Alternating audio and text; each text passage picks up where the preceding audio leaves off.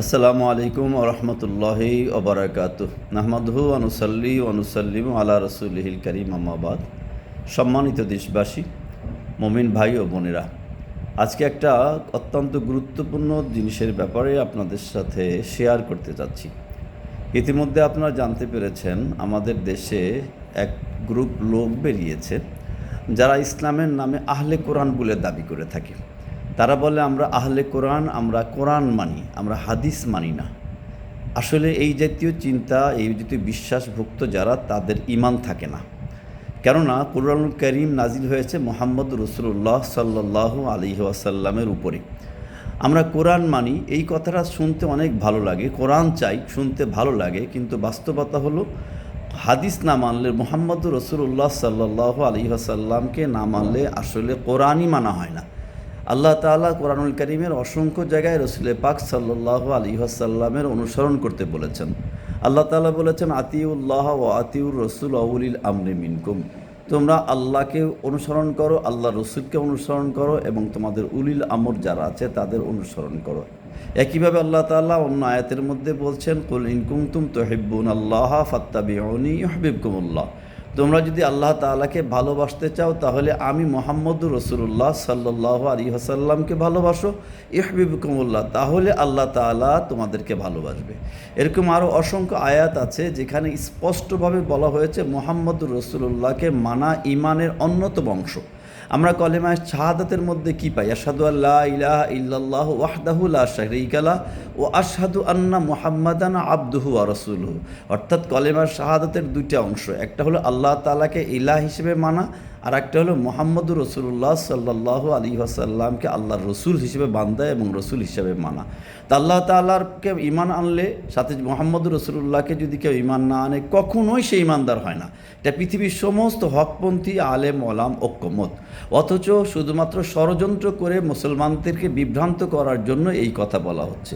একটা জিনিস একটু চিন্তা করে দেখুন না, যার উপরে কোরআন নাজিল হলো তাকে যদি আপনি বিশ্বাস না করেন, তাহলে কি সেই কোরআনের উপর বিশ্বাস থাকে? আসলে প্রকারান্তরে এই কথা বলে ধোঁকা দিয়ে মানুষের ঈমান হারা করার সর্বত প্রচেষ্টা চালাচ্ছে এই সমস্ত লোকেরা। কোরআন শরীফ বাংলা অনুবাদ পড়ে এবং হাদিসের কোনো ব্যাখ্যাই নিতে রাজি হয় না, বলে আবার হাদিস আবার কিসের, হাদিসের ভিতরে ভুল আছে, অমুক রেওয়ায়েতে ভুল হয়, অমুক হয়, তমুক হয়, ইত্যাদি অনেক কথা বলে। কিন্তু বাস্তবতা হলো কোরআনুল কারীমকে বুঝতে হলে তার ব্যাখ্যা হলো হাদিস শরীফ। যদি কেউ হাদিস শরীফ না মানে, কোনোভাবেই কোরআন শরীফ বুঝতে পারবে না। এই যে নামাজের কথা, কায়েমের কথা কোরআন শরীফে আছে, কিন্তু দিবে কিভাবে, আদায় করবে কিভাবে, কামতে সালাত করবে কিভাবে, সেটা কিন্তু বাস্তব প্রশিক্ষণ মুহাম্মদ রাসূলুল্লাহ সাল্লাল্লাহু আলাইহি ওয়াসাল্লাম হাদিসের মাধ্যমে দিয়েছেন এবং নিজে আমল করে দিয়েছেন। জাকাতেরও একই ব্যবস্থা। হজ আদায় করতে বলেছে, কিন্তু হজটা আদায় করার পদ্ধতিটি কি, সেটা শিখিয়েছেন মুহাম্মদ রাসূলুল্লাহ সাল্লাল্লাহু আলাইহি ওয়াসাল্লাম। এক কথায়, কোন মুহাম্মদ রাসূলুল্লাহ সাল্লাল্লাহু আলাইহি ওয়াসাল্লাম এবং তার হাদিসে কওলি, ফেইলি, তাকরিরি, এমনকি তাকে দেখে সাহাবায়ে কেরাম বর্ণনা করেছেন, তাকে তাবিঈগণ বর্ণনা করেছেন। এভাবে যদি কেউ বিশ্বাস না করে, তাহলে সে কখনোই ঈমানদার হতে পারে না, যত চাটুকার কথাই বলুক না কেন। আমি আজকে মূলত আপনাদের কাছে বিনয়ের সাথেই অনুরোধ করছি যে খবরদার, ঈমান হারা হওয়া যাবে না। তারা বাংলা পড়ে পড়ে অনেক কথা বলে, মনে হয় যে কোরআন সম্পর্কে খুব জানে। আসলে এটা একটা ষড়যন্ত্র, এটা অনইসলামিক যারা ইসলামকে ধ্বংস করতে যায় তাদের একটা ষড়যন্ত্র, এবং পরিকল্পিতভাবে প্রশিক্ষিতভাবে এসব মানুষদেরকে তাদেরকে নামিয়েছে। এবং এখন অনেক মানুষ তাদের এই প্রশিক্ষিত মানুষের কথাবার্তায় বিভ্রান্ত হয়ে তাদের দলভুক্ত হয়ে কথা বলার চেষ্টা করছে। আর আমি বিনয়ের সাথে অনুরোধ করি, আসুন খবরদার তাদের এই ষড়যন্ত্র থেকে নিজেকে হেফাজত করুন, নিজের ঈমান, নিজের ছেলে মেয়ে, আত্মীয় স্বজন সকলে হেফাজত করুন।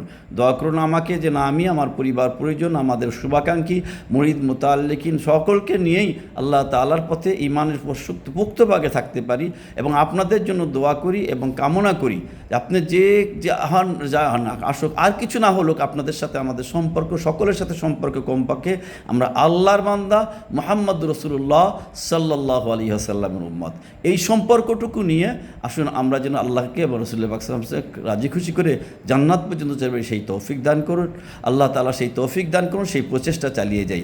আমাদের সন্তান, সন্ততি, আত্মীয় স্বজন কেউ যেন বিভ্রান্ত হয় সে মতো সর্বত চেষ্টা করা আমাদের প্রত্যেকের নৈতিক কেবল নয়, ইমানই দায়িত্ব।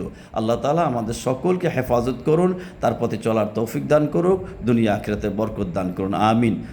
আলাইনা ইল্লাল বালাগ। সালামু আলাইকুম ওয়া রাহমাতুল্লাহি ওয়া বারাকাতুহু।